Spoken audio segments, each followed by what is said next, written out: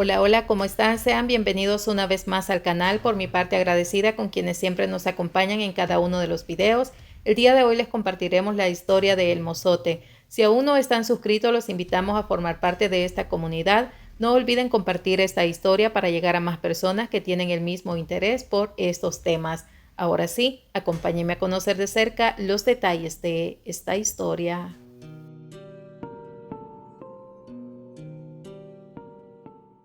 Entonces yo no resistía estar allí, pues yo quería salirme. Yo quería ver cómo me iba a salir para no escuchar más gritos, ¿verdad? Entonces pedí a Dios y a la Virgen de Guadalupe que me iluminara y me envolviera con su manto, que yo iba a intentar salirme.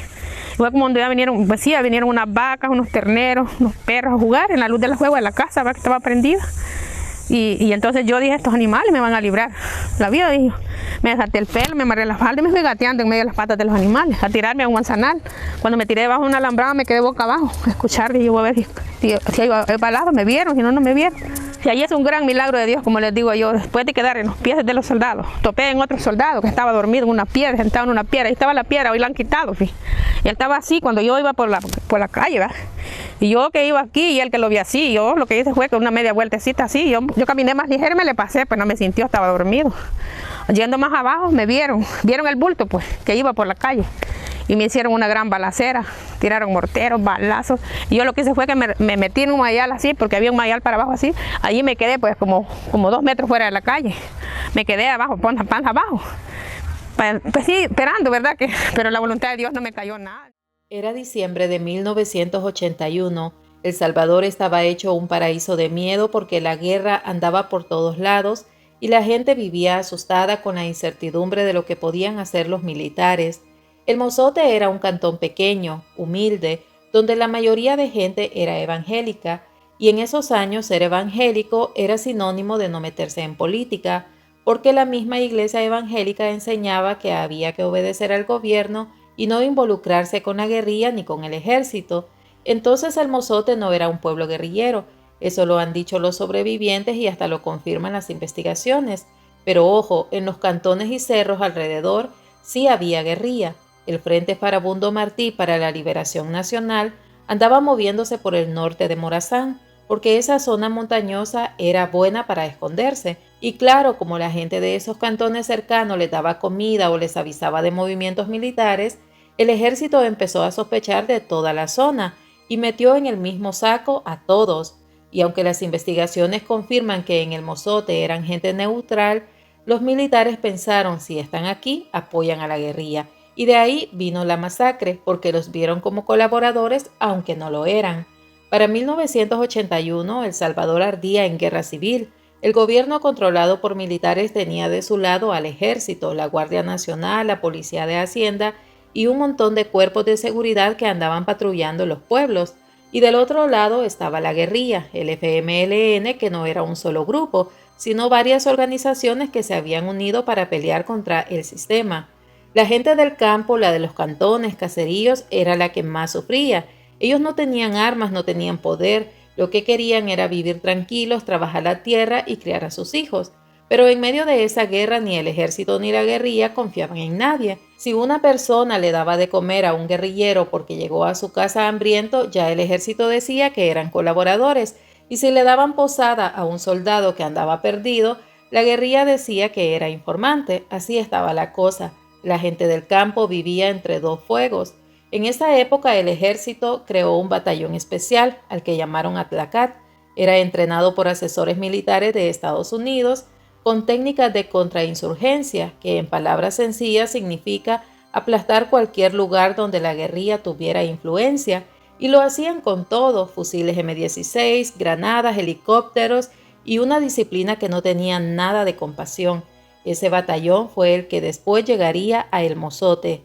La guerra no era pareja, el ejército tenía apoyo internacional, como ya les dije, sobre todo de los gringos, que no querían que El Salvador se volviera comunista como Nicaragua, y la guerrilla tenía apoyo de Cuba, de Nicaragua y de gente en Europa, pero los campesinos lo que tenían eran milpa, gallinas, frijoles y miedo. Ellos eran los que recibían los golpes más duros. Así estaba el país: rumores de combates todos los días, bombas que caían en los cerros, familias que se escondían en cuevas para no ser alcanzadas por las balas. Nadie confiaba en nadie.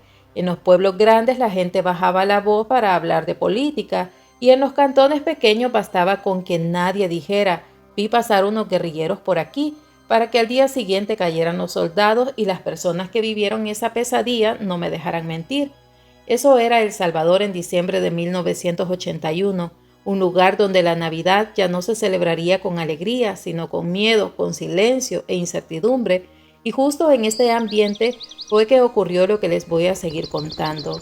La gente del Mozote era trabajadora, se dedicaban más que todo a la agricultura. La vida giraba alrededor de la tierra, la milpa y los animales. El hombre más acomodado de ahí era don Marcos Díaz.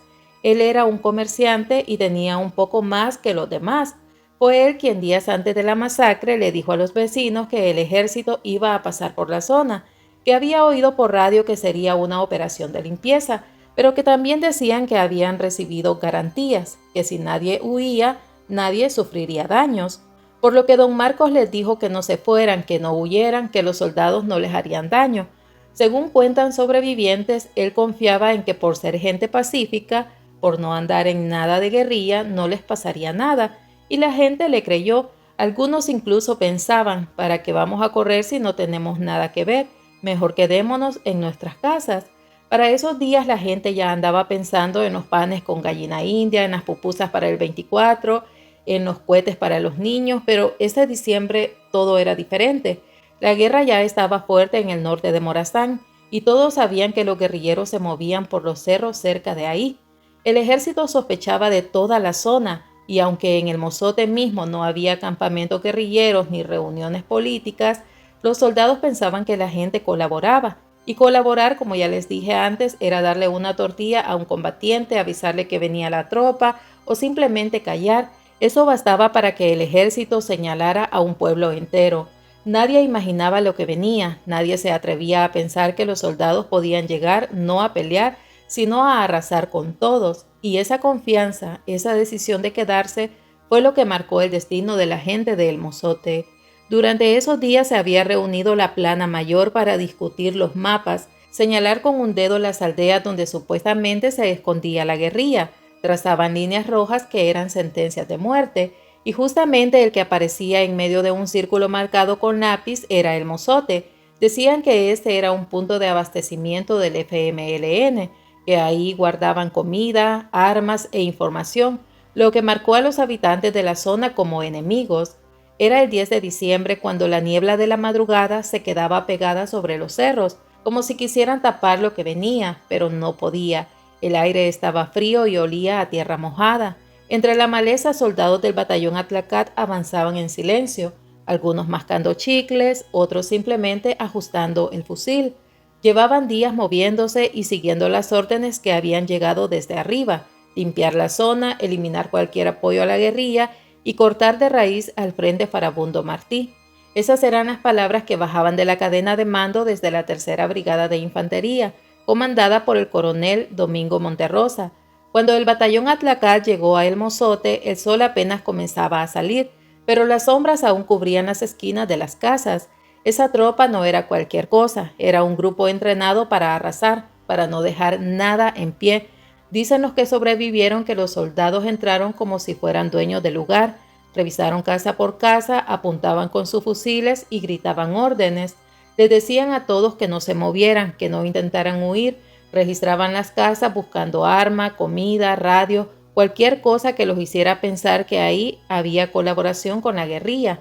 La gente, sin oponerse, los dejó pasar, les abrían las puertas, les mostraban lo poco que tenían, las ollas con los frijoles, el maíz guardado, la ropa colgada en los lazos, y muchos soldados no pedían permiso, simplemente se metían, sacaban lo que les daba la gana y lo agarraban. Se llevaron gallinas, comida, hasta cosas de valor como relojes y cadenas.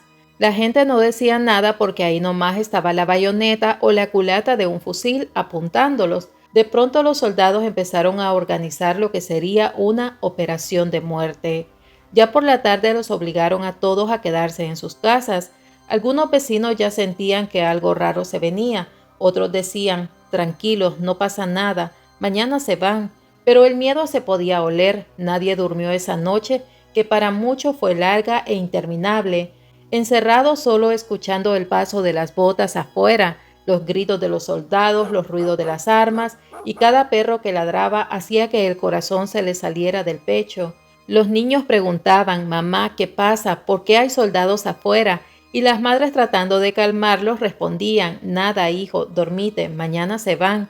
Pero ellas sabían que algo no estaba bien. Esa noche Rufina Amaya, que después sería la única mujer sobreviviente de El Mozote, empezó a presentir lo peor. Ella decía que escuchaba el tono de los soldados, el ambiente pesado, y que en su corazón sentía que algo malo iba a pasar pronto. Ella veía por unos orificios de la casa cómo los soldados se desplegaban por las calles de tierra.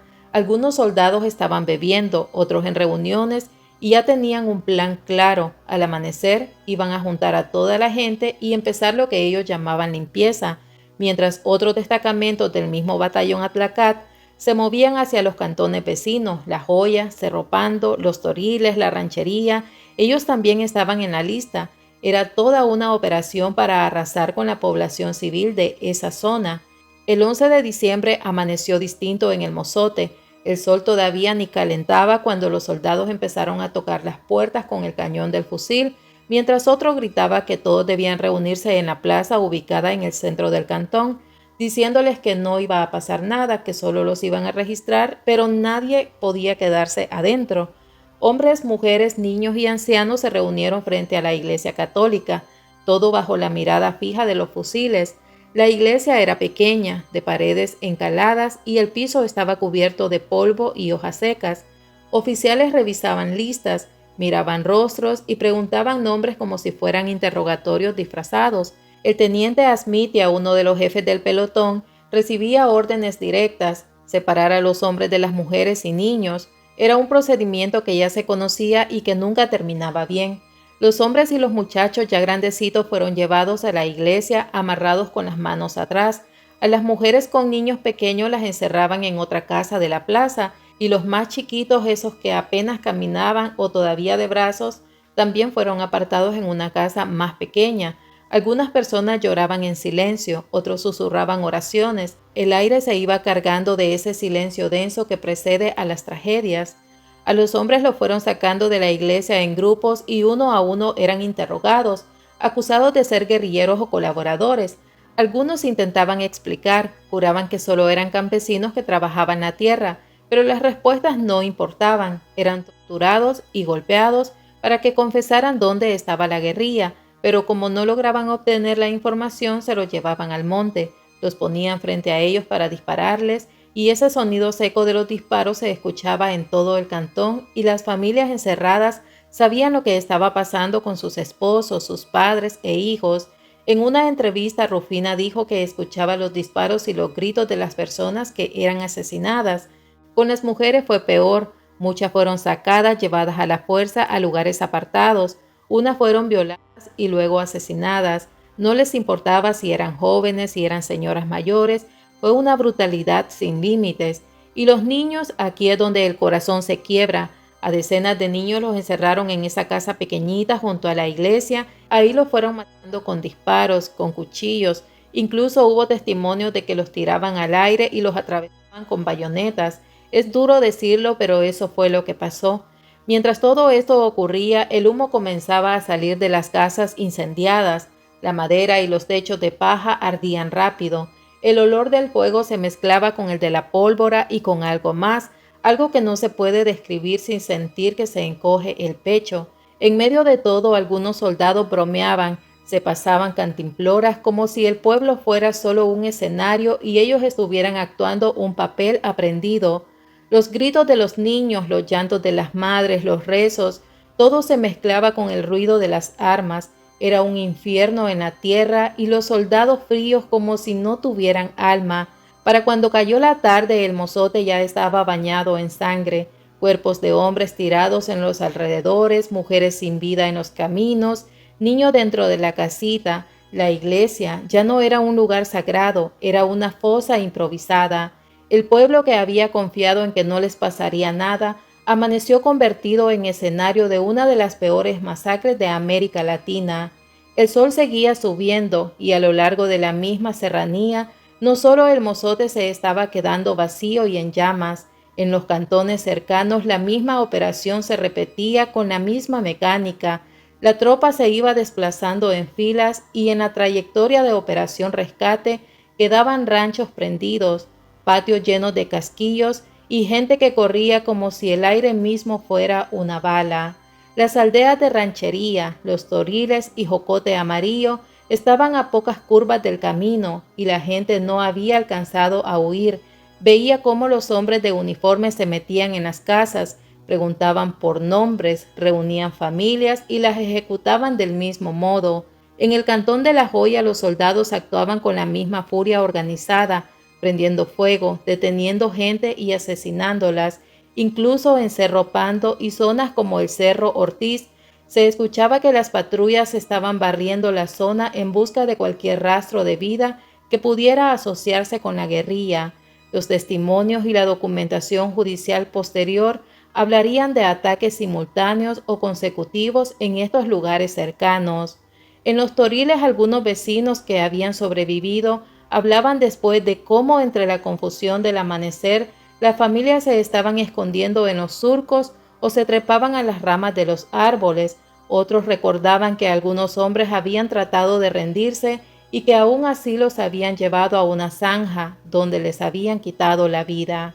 No dejaron a nadie, era una operación pensada para arrasar toda la zona, porque los militares decían que allí se escondía la guerrilla o que la gente les ayudaba, pero en tiempos de guerra, cuando alguien llegaba armado a sus casas y les pedían tortillas, ¿qué iban a hacer ellos? ¿Negarlo? Eso podía costarles la vida.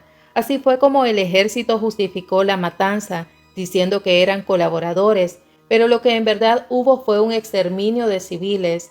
Para el 13 de diciembre el batallón Atlacat ya había terminado su operativo. El saldo, más de 700 personas asesinadas en el Mozote y los caseríos vecinos. La Comisión de la Verdad después confirmó que más de la mitad de las víctimas eran menores de edad. Imagínense eso, generaciones enteras borradas en cuestión de horas. El norte de Morazán se había convertido en un cementerio. Cuando las pocas personas que habían logrado esconderse o huir a tiempo regresaron a sus casas, lo único que encontraron fueron cenizas y cuerpos. Si no hubiera sido por Rufina Amaya Márquez, quizás nunca se hubiera sabido con certeza lo que pasó en el Mozote, porque ella fue la única que se atrevió desde un principio a hablar, porque el ejército lo negó todo. Los periódicos oficiales decían que era mentira y que el gobierno de Estados Unidos, que también apoyaba a estas personas, también lo ocultó. Rufina, esta sobreviviente de la masacre, dijo en una entrevista que cuando los soldados empezaron a sacar a la gente, ella se mezcló entre las mujeres y los niños fueron llevados a una casa cercana a la plaza, pero de algún modo, y aquí es donde entra lo increíble, logró escapar y esconderse detrás de unos arbustos cerca de un corral. Desde ahí pudo ver y oír todo lo que pasaba. Pudo reconocer la ropa de su esposo cuando era llevado por los soldados y cómo le quitaron la vida. También contó que escuchaba el llanto de sus hijos, oía el mami, mami de los chiquitos, mientras los soldados llevaban a cabo la misión, pero ella no podía moverse, se quedaba agachada, respirando apenas, mientras los soldados seguían su recorrido por las casas vecinas. Cuando ya cayó la tarde, el silencio se volvió absoluto. Solo el viento movía las hojas y Rufina pudo salir de su escondite y caminó entre las sombras de lo que había sido su comunidad. Todo estaba quieto, pero el suelo parecía vibrar con la memoria de lo que había ocurrido. Caminaba despacio con la sensación de que cualquier ruido podía hacer que los soldados regresaran y mientras se alejaba se decía a sí misma que tenía que contar lo que había visto, porque no podía dejar que el silencio cubriera a El Mozote como una segunda muerte. Con los años, cuando llegaron los equipos forenses y empezaron a excavar en El Mozote, encontraron los huesos de cientos de niños en la misma casita donde Rufina decía que habían muerto, y entonces quedó claro que ella había dicho la verdad. Así Rufina se convirtió en símbolo, en voz de los que ya no podían hablar. Ella cargó con ese peso hasta que murió en 2007 sin haber visto justicia. Cuando empezaron a salir los rumores de lo ocurrido, las autoridades militares respondieron que se trataba de propaganda guerrillera, que de la izquierda inventaban masacres para manchar la imagen del ejército, pero el mundo ya comenzaba a sospechar, porque no solo Rufina sobrevivió y habló, Hubo otras personas que vieron el humo y escucharon todo. En enero de 1982, apenas un mes después de la masacre, 2 periodistas extranjeros se atrevieron a llegar a la zona. Ellos escucharon a Rufina, hablaron con campesinos, vieron los restos y publicaron la historia. ¿Y qué pasó? El gobierno salvadoreño los atacó con todo. Dijeron que eran mentirosos, que se habían inventado el relato, igual el gobierno de Estados Unidos, que en ese tiempo financiaba al ejército salvadoreño con millones de dólares, también salió a decir que esas noticias eran falsas, que no había pruebas. Incluso a los periodistas les cerraron las puertas, los desacreditaron y les hicieron la vida imposible por haber publicado la verdad. En 1990, un grupo de forenses argentinos llegó a El Mozote. Ellos no eran militares ni políticos, solo científicos que querían saber la verdad, y lo que encontraron fue aterrador. Fosas con cientos de cuerpos enterrados de manera apresurada, casi todos niños, mujeres y hombres asesinados, y cuanto más avanzaban en la investigación, más confirmaban la historia de Rufina Amaya. Cada uno de los detalles que ella se atrevió a contar coincidían con la evidencia: la casita donde murieron los niños, la iglesia donde asesinaron a hombres, las casas quemadas, todo estaba allí, intacto en su brutalidad. Cuando los informes fueron publicados, nadie pudo negar más lo que había pasado. Ya no eran rumores, eran hechos comprobados científicamente. Cuando terminaron los acuerdos de paz en 1992, el país entró a otra etapa. Ya no había guerra, pero quedaron los fantasmas de todo lo ocurrido. Uno de esos fantasmas era El Mozote. La Comisión de la Verdad de Naciones Unidas, creada después de la guerra, investigó lo que había pasado y en su informe oficial de 1998 dejó claro que el batallón Atlacat había cometido una masacre contra más de 700 civiles en El Mozote y caseríos cercanos. Pero aquí viene lo más duro. Apenas salió este informe, la Asamblea Legislativa aprobó la famosa Ley de Amnistía General, que perdonaba todos los crímenes cometidos durante la guerra, tanto de la guerrilla como del ejército. Eso significó que nadie podía ser juzgado, ni Monterrosa, ni los oficiales, ni los soldados que dispararon. La justicia quedó congelada. Finalmente, en 2016, la Sala de lo Constitucional de la Corte Suprema de El Salvador declaró inconstitucional la amnistía, lo que permitió reabrir los juicios sobre El Mozote. Algunos casos llegaron a los tribunales, entre ellos 17 militares retirados, incluidos altos mandos y oficiales del batallón Atlacat, acusados de crímenes como asesinato, tortura, desaparición forzada y violencia sexual. El acceso a los archivos militares sigue bloqueado, lo que impide esclarecer responsabilidades. Al final, lo de El Mozote no se puede olvidar. Fue una de las peores matanzas de toda América Latina y pasó en El Salvador, en una comunidad con gente humilde que no tenía la culpa de nada. Los responsables casi nunca pagaron y la justicia todavía va despacio, pero la memoria sigue viva gracias a los sobrevivientes y familiares que nunca se cansaron de contar lo que pasó.